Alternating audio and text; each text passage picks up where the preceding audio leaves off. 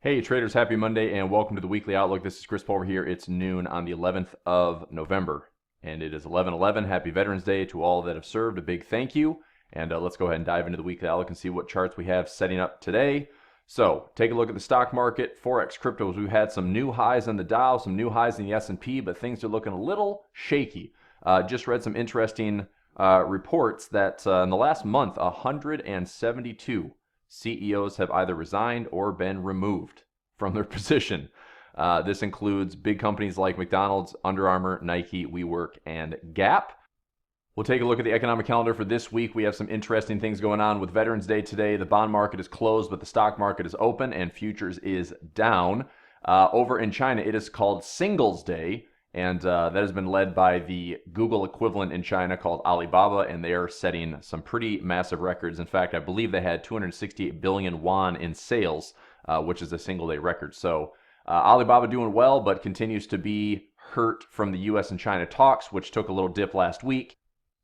Trump will be speaking at an economic club this week in New York, and I'm sure that investors, Wall Street, will want to hear something coming along the lines of U.S. and China talks or resuming talks or something optimistic coming out of that, see if the market can get a little jump.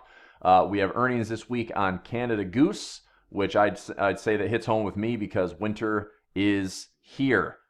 We just got hit with a winter advisory warning here in Michigan, 3 to 5 inches, and it is accumulating quickly. And man, this is why I hate winter. But it's here. I'm glad I got a Canada Goose jacket because it is freezing and the weather is terrible. Cisco, we also have some cannabis stocks this week. Walmart, Viacom, Nvidia, JC Penney.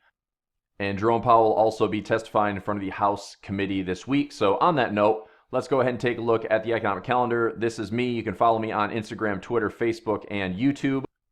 Go ahead and click that like and subscribe and get the notifications, and videos like this and others will pop right up on your phone or email. All right, let's take a look at the economic calendar for this week. I have medium and high impact news. Let's go ahead and take a look. There is some pretty big news coming out of Australia and New Zealand this week, namely the New Zealand bank rate decision. You can see here that they are forecasting a cut. As of last week, I was reading up to 65% probability of a rate cut. Therefore, you see it popping up in the forecast for this week. Last rate decision was 1%.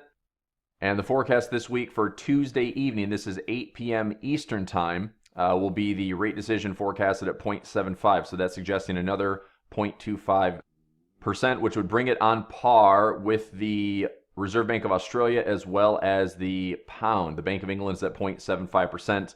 The Reserve Bank of Australia is at 0.75%. It'll be interesting to see what they're saying here for the press conference. Is it all about U.S. and China? Is that the whole reason that all these central banks are backpedaling? Is that all the reasons that all the risk remains to the downside? You know, every central bank in the world right now is cutting rates. The U.S. has cut rates for a third time, even though they're looking at a pause cycle. We have the RBA that's been cutting rates all year. The RBNZ is cutting rates again if they hit the other 25 basis points drop and they get to 0.75. That's a second or third cut this year. Let me confirm that actually. So this would be May 2019. This year they cut from 1.75 to 1.5. Then they had a big cut from June to August to 1%. That was a 50-point cut. And if they cut again, I mean, that's 3 cuts. So RBA has done the same thing. Bank of England sits at 0.75. They're looking to stay. BOC is looking to stay. But every bank is talking about downside risk. So what does that look like in the stock market? This is the SPY, or the S&P 500's ETF. And we have had 1, 2, 3, 4, 5 bullish weeks in a row. Thus far, we are opening slightly bullish. Now, it did have a little gap here. Look, this is the chart. You know, this is the chart we've been watching all year. This is the chart that I'm staring at. I think that however this plays out, it ends badly. Now, I did expect there to be more volatility to the downside, but this August, September, fall was really saved by central bank support because they are cutting rates, and also saved by earnings and saved by U.S. data. So we have kept the party going. I'm also going to add here U.S. China striking a deal. Now, of course, striking a deal is not official. This is all hearsay. Everything that seems to be, oh, yep, they're talking, they're negotiating, everything seems great. The market is moving in anticipation of striking a deal, but there's nothing official. Yes, we've had some tariff delays. Yes, we've had some tweets and headlines that make it seem like things are going along swimmingly, but at the same time, there's nothing official. So the market's moving in anticipation of striking a deal. But like I said, all of this that is leading to, instead of an August, September, fall with this rising wedge, we have this drift higher, this melt up, and I just think that it ends badly. So, I am getting prepared over the next 12 to 24 months, possibly even the next 6 months, depending on how this plays out. Expect there to be some volatility here. Let me go ahead and take a look at this. We're going to go into the smaller time frame in just a moment, but this rising wedge structure is really solid. If we have a lot of volatility, then again, it's very difficult. It will be difficult to call the top. All right. In fact, we might enjoy one last rally. This has been a 6 to 7% rally in the last couple of months in the stock markets. SPY at new highs, Dow Jones at new highs, right? NASDAQ just off its historical highs. So the party can keep going. This is what's keeping the party going for now, but it ends badly. So just make sure that in the next 12 to 24 months, you are prepared for how to trade this, how to protect from this, how to profit from this. It's not that difficult, okay? There will be opportunities to go long on inverse ETFs. There will be opportunities to trade volatility gauges. There will be opportunities to certainly take advantage of currency markets. And we'll talk about that now. But this is my thought. As long as the stock market stays in this pattern and keeps this drift going, even if we have little pullbacks like the daily chart suggesting some minor pullbacks because we have 4 weekly pivots in a row right here. Week 1, week 2, week 3, week 4. This entire rally over the last 5 weeks, 4 of which have missed weekly pivots. So it would not surprise me at all to see a short-term top, have this thing pull back towards a pivot, maybe even somewhere around the halfway point between this low and this high. 50%. Find some support. Keep the drift going. Keep the party alive, right? So expect there to be more of this volatility to play out the rest of the year. I think we're pretty much hanging on the word of the Fed. I think we're hanging on the word of US and China. And this is going to be the new normal for the next 4 to 6 weeks until we get through the end of the year. Possibly Santa Claus rally is still in the works. We will see. But there's definitely writing on the wall. CEOs are leaving. CEOs getting fired. It is a different environment now for how companies are supposed to be doing business or what the consumers want. Yes, it's about profits, obviously, but it's also way more of a woke corporate culture than ever before. And I don't use that word very often, but that's essentially the new hipster millennial vibe of, hey, you have to have some corporate responsibility and some ethics versus profits beyond everything else. So whether that's, out with the old school, in with the new school, we'll find out. But the party is still going, and there's ways to profit from it. But when the party comes crashing down, there are ways to profit from that as well. As we like to say, we're trying to be profitable traders when the market is cranking and when the market is tanking. So what else do we have this week? We have our RBNZ. That's going to be the big news to see if they cut rates on Tuesday night, going into Tuesday night and Wednesday's trading. We have CPI news out of the pound on Wednesday. We'll see if that is, again, high enough to justify maybe after all the Brexit drama in December, possibly the Bank of England looking to raise rates, but I think everything about Brexit still lingers. We had some jumps on the pound this morning. If I take a look at my currency strength chart, you'll see this green line had a big jump to the upside. It appears that the Tory party is in the lead, and looks like the Brexit party leaders are taking a step back. At least for the time being. But I still think that there's not too much excitement on the pound pairs other than short-term volatility, where it's been a snooze fest the last couple of weeks, and pretty much all of the next big move will hinge on the December 12 election. So let's go back to the calendar here. CPI, like I said, out of the pound. CPI out of the U.S. on Wednesday as well. Powell is testifying in front of a House committee, Joint Economic Committee in Washington, D.C. So I'm not sure if that's going to be dropping any hints towards a rate decision towards December or heading into 2020. We have Governor Orr from RBNZ speaking on Wednesday afternoon as well. Curious what that is here. Testify on the monetary policy statement before Finance and Expenditure Select Committee in Wellington. Okay, so that's actually the day after the Tuesday rate decision. Employment numbers out of Australia at 7:30 p.m. Wednesday. That's going to be Thursday's trading day. But again, some nice short-term volatility around the New Zealand and the Aussie this week. Retail sales for the pound. Day 2 with Powell testifying, BOC, Governor Pelosi speaking. I'm not sure what that is here. Text of a speech, so that's just going to be a statement or release. BOC was last week, if I'm not mistaken. They held rates Wednesday, not last week, the week before. There it was, the 30th. We had the BOC, they held rates at 1.75. The Fed cut rates to 1.5, 1.75. That was a pretty wild day for Wednesday the 30th. Here we are 2 weeks later. And, well, it is what it is. We'll see what oil prices are going to do. We'll take a look at that in the charts in a moment. I just read an article over the weekend that Iran found something to the tune of 50 billion barrels or some new reserve that can produce up to 50 billion barrels. If that's the case, we're going to see oil drop from the $56, $57, probably back down to 50, 51. And it's still in a range. 61 resistance, 51 support. We're still in those range levels, and it's all about supply and demand. Let's see what else. That's it. Core retail sales on Friday for the dollar. So let's get into the charts. Let's go dollar index. Dollar index spent all week retracing, and it did exactly what we wanted it to do. Now, this is a big week. I mentioned last week to all my traders that this is going to be a super important open to this week. So structure-wise, we broke the channel for the year. This is why it's an important open to the week, because if this resistance holds, this dollar should get weaker. I think for the dollar to get weaker, we have to see a stock market rallying. We have to see either Trump or Powell being dovish against the dollar. We need to see some U.S.-China trade war optimism and anything that's going to help the stock market rally, give some risk appetite, and let those safe havens take a little back seat, namely the dollar for right now. So if that is happening with Trump giving a chat at an economic summit or at an economic club, whatever that may look like, this is a good spot for the dollar to drop. If we see nothing but consolidation over the next couple of weeks going into the end of the year, this is also a good sign for a large head and shoulders pattern, something along the lines that would break and give a nice trend to kick things off in December or January of 2020. See if the dollar can actually weaken.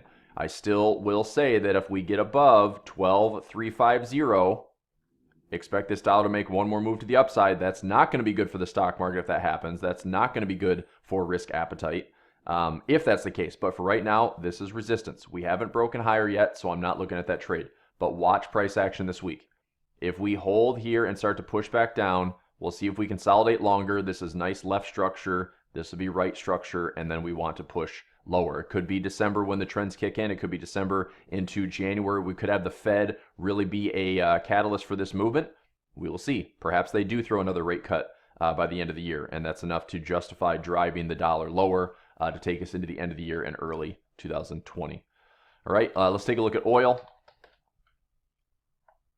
Oil sitting at 56.96, still in a move to the upside. Channeling for right now between 51 support and 61 resistance. I think that oil can continue to carve out this range, but watch for 60.61, watch for 60.61, watch for 60.61 right there. And then see if we want to take this back to the downside. So any futures trader, right now it is bullish and staying in this channel for now, but if we start to drift on the side of this channel or hit resistance at 60.61, expect this to drop. Some nice stop areas up above. And really, that'd be some big money to the downside if we go from 61 down to 51, obviously. So that would be oil. I saw that gold is on the decline still. Back down to some fresh lows and back into this corrective channel. We might actually end up visiting the 1400 to 1350 zone in gold, and silver is similar. So both on the decline. Silver's had a sideways move, and then from 18 down, just dropping pretty much straight to just below 17. Where would I reload on silver? I still like silver to the upside, but it wouldn't be until probably $15 or $14. I want to see some type of bullish structure, or I would literally just reload on the trades down here at the flats around $13.50 to $14 from there and hold it and see if we have a range back up to 19 or 20. Gold, I'd let it fall a little bit lower, like I said, towards 1400 or 1350. Take a look at Bitcoin really quickly. Bitcoin is sideways, but not really a lot going on. We've had some price contain here from September to now. Sharp drop to the downside, sharp rally to the upside. I like the structure on the right-hand side of this, but most likely, we might just use this channel, use this structure for a while until we find some more levels around the 6,000 zone, perhaps. If this is a longer consolidation on the right-hand side of this channel, I still think this is corrective. I really think this is corrective, and eventually this will make its way back up to 13.7 or higher, but we'll have to see what structure gives us in the meantime.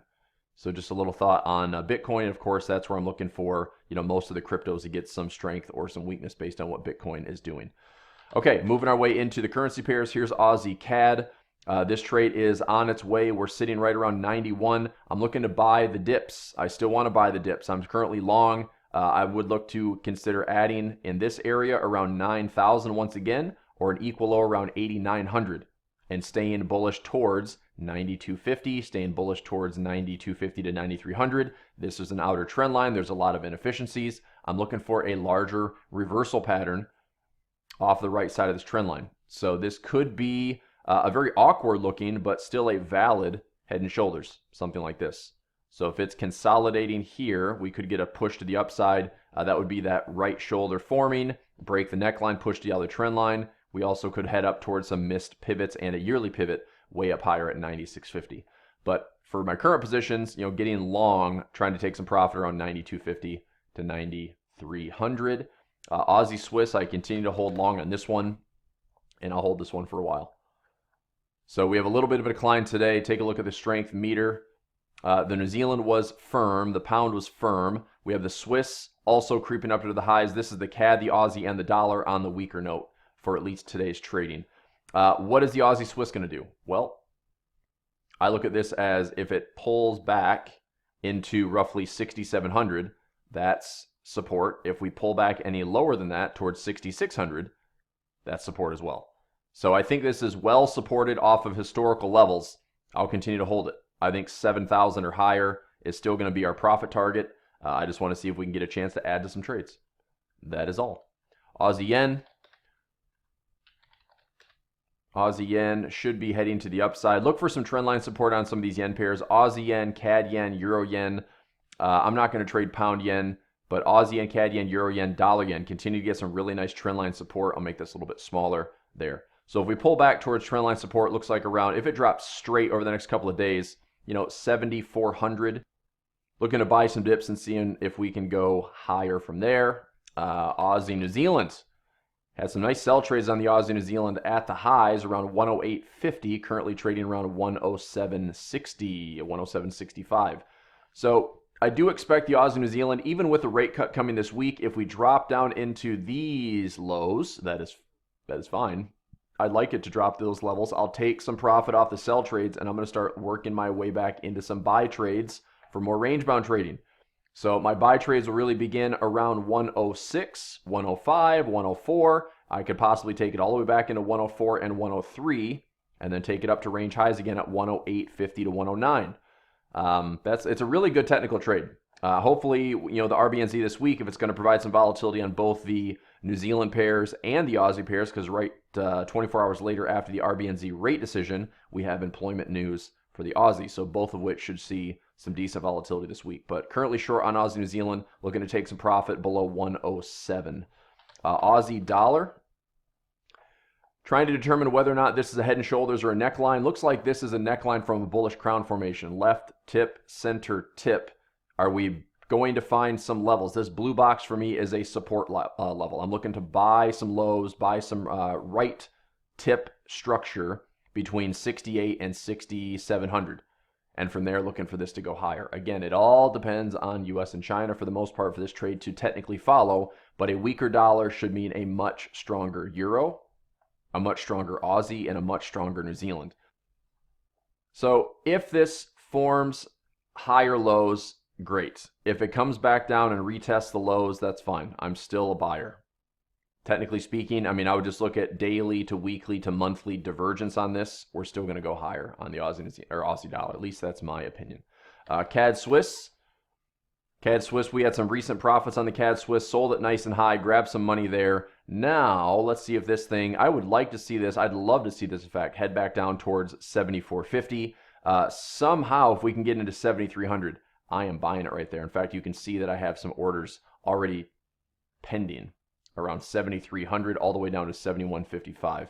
So 7,300 to 71.55, I have orders ready to buy that area and try to take this from the lows to the highs. We'll see what happens. This really isn't my spot to trade. although we did sell it nice and high. We sold it up here, grabbed about 70, 80 pips during the BOC rate decision, or shortly after that actually, and then we're looking to see what happens here. Hopefully we get filled with some lows, and we just continue to trade CAD Swiss for what it offers. CAD Yen, look for trendline support similar to the Aussie Yen. Make this trend line a little bit smaller. Look to buy some dips. Swiss Yen, this one is sideways. We can probably leave this one alone. Yep, sideways for now. Leave it alone. Euro Aussie. Took a nice trade last week, closed it out, and happy that we closed it out. We ended up selling it at 62.95, took profit below 6,000. So a lot of traders made well over 300 pips. A lot of traders had multiple positions in, so I had traders up to anywhere from 500 to 1,000 pips for positions that were held, and added, and taking profit below 6,000. So nice job on that trade, and we will get back into it. If this pulls back up again to a lower high or an equal high, we could have this high, low, equal high around 6,300, 6,350. We can sell it again and then take it to the downside. So I'll still look at selling Euro Aussie, and I'm still looking at holding Aussie Swiss long. Euro CAD. Euro CAD is sideways for now. I do expect the Euro CAD to push higher. I do expect the CAD Swiss to push lower. I was in the Euro CAD for some profit, about 120 pips of profit. I did not get back in. I'm watching. I might end up buying it off these lows. You know, if we have equal lows around 44.50, I might put in a small trade there, take it back up to range levels, or see if we can get a nice push towards 5,000. But truthfully, I would rather take the dips on CAD Swiss and buy the CAD Swiss at better prices. It's lower volatility, and it also favors a slightly higher carry trade. So if they're inversely related, which they are, you'll get more volatility and pip movement on the Euro CAD. But I think technically speaking, I just think the CAD Swiss is a slightly better pair. Euro Swiss. Euro Swiss is on the decline. This is such a low and slow mover. Highs around 10.50, lows around, currently trading around 109.65. If we can break this trend line, we're going to be good. We just need to break the trend line. So is this just correction before one more push up? Is this a correction back down into some lows? Let's keep an eye on it. I'm still holding long to 1100 or 1150. We haven't hit it yet, so therefore I'm still holding. Euro pound is next. Mostly pound pairs are still dormant. Obviously a little bit more volatility today when the pound came to life around 6 a.m. But that's just more intraday trading. I could see an opportunity for the pound. This would be Euro pound to go a little bit lower, back down towards these lows around 8,500. From there, possibly some reversal structure coming over the next few weeks.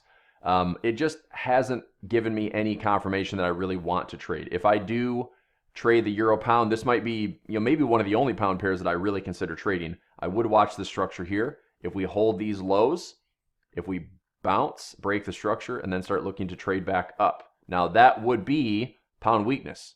If we have equal lows to buy from, possibly a low risk entry somewhere in this area around 85, and see if we can get back into 87 or 8,800 safely, maybe all the way up to 8,900. But that's about the structure I'm looking at. It's just really, really tough. The day trading on the pound pairs has more or less deteriorated, and I think it's going to be difficult to do anything with the pounds until December 12th or right around that area when we know that things are coming as far as elections go. Okay, Euro Yen, same as Aussie and CAD Yen. Follow the trend line, get some trend line support, try to buy it. It's going sideways for now. I'll extend this trend line out. If we just go sideways long enough to find 120 support, perhaps we get another push to the upside. Euro New Zealand, still holding a short position at 7,505, currently trading at 7,340. So just shy of 200 pips of profit. I had this big green box as my profit level. If we hit 7,200 or lower, I'm going to start moving some profit on this one for protection. Euro dollar. Euro dollar is sitting at 1.10. We're just coming off these lows. This is 1.1013. And watching, I want to see this get to 1,200. I just don't know if we're going to come down to 109 first and then go to 1,200. If that's the case, cool. I'm going to buy it lower. This is a pending buy right at the lows at 108.95. If it stays here and goes to 112 without me entering, okay, fine. But this is not exactly the easiest structure to trade. This is pretty much a toss-up. This could easily go lower depending on what the dollar index does, but that's going to be the tell. If the dollar index drops, this will rally. If the dollar index rallies, this will drop. So if you're watching the dollar index, keep a close eye on that euro dollar. My preference here would be either buy it low, take it up, or if it gets up towards 1200, we might even have a chance to sell that. Might. Okay, might. I don't know if I'm going to step in the way of that because I've been waiting for dollar weakness for quite a while. And I would like to think that dollar weakness can be more aggressive than just a little rally to 1200. All right, pound pairs, I'm going to cruise through these. Not much going on. Okay, pound Aussie did break this little wedge. We are heading to the upside. Watch for this to retest these equal highs around 1.90, give or take a few pips. I believe this high was around 90.60. So looking for this short term to be bullish up towards 9,000 once again. This should be some short-term strength on the pound. Retest the high and see if that actually provides some weakness for us to sell from. I still like 1.90 as resistance. Pound CAD, back up towards highs. It is looking better and better for a potential wedge, something like this. So equal highs, so high to low, high to higher low. If this forms a wedge, just follow my lines here. So we have a push. If it follows this type of structure, we could break that way. So watch for a rising wedge and a sell high on that pound CAD coming over the next couple of weeks. Pound Swiss, this is a lot like the euro pound, just less volatility. Totally sideways. Pound yen, also totally sideways. Pound New Zealand, third time's the charm, totally sideways. All right, resistance at 2.05, 2.0450. Watch that resistance zone. That's another spot to sell from. If we pop up to 204, 204.50, low risk, high reward. Okay, if it just breaks the structure, we can also follow that breakout as well. If it breaks these lows, let me use a straight line here. If it breaks the low there, then we can follow that to the downside. Targeting around 9,000 is a nice round number, 89 to 8,700. Actually, just go look left. Just look left and look at the low. Right there is around 82, 8,300. That's crazy low, but we can get there. Right? I would ideally like to see it retest the high and then sell it from the high. We have all of this reward compared to our risk. If we don't get the top to sell from, then look for the breakout and look for it to drift lower. Now, even in the wake of an RBNZ rate cut, watch price action. All right, that is pound New Zealand. Pound dollar, see if this one wants to revisit the highs around 130. Pound dollar, 1.2856, 1.30 resistance has held. We're going to wait and see, really. This could be a slight correction this way.